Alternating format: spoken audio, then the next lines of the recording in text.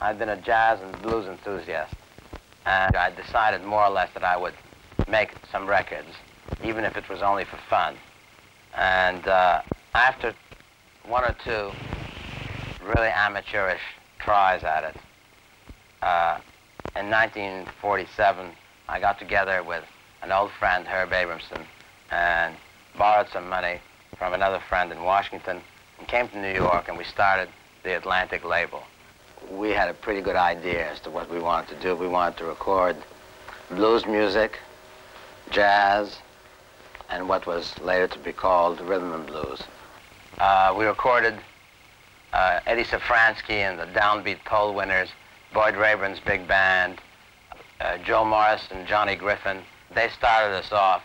Our first big vocal hit was by Sticks McGhee, great blues singer, and his Drinking Wine Spodioti was a big chart record and our Atlantic's first important hit. Drinking wine, Spodioti, drinking wine, mop, mop. Mama, he treats your daughter mean.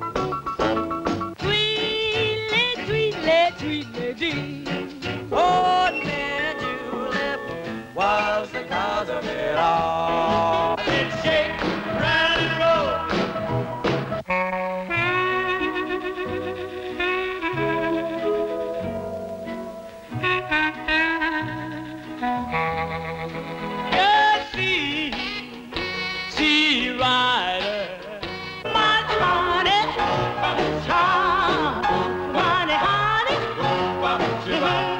We had the great fortune of becoming associated with Jerry Leiber and Mike Stoller, who made the now historic Coasters sessions, and who also later on made so many big hits with the Drifters.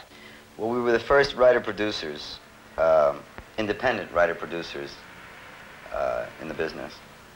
And we went to work for Atlantic in 1956. And we were really only interested in writing songs and producing records. And we decided that we wanted to connect with Atlantic in some way because we admired the really high standard of work that was coming out of it. And people are just too much for me to face. Don't talk fast. There is a rose in Spanish Harlem. In '53, I came into Atlantic and started working with Ahmet. I started producing R&B records with Ahmet immediately. He took me into the studio and helped me learn how to record. The artists that we began to work with together were LaVerne Baker, The Clovers, Clyde McPhatten and the Drifters, Chuck Willis, Ray Charles, Ivory Joe Hunter, the Diamonds, and many, many others.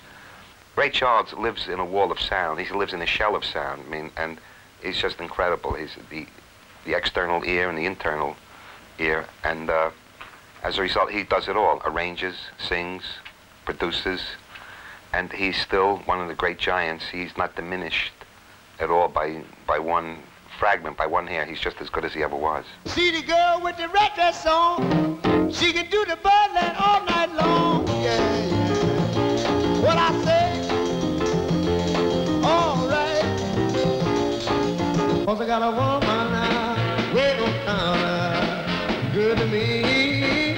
Yes, I have. I got a woman now, way over town, good to me.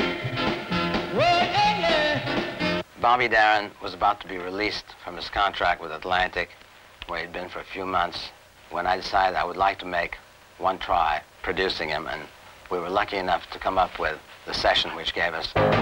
Splish splash, I was taking a bath, long about a Saturday night. Yeah.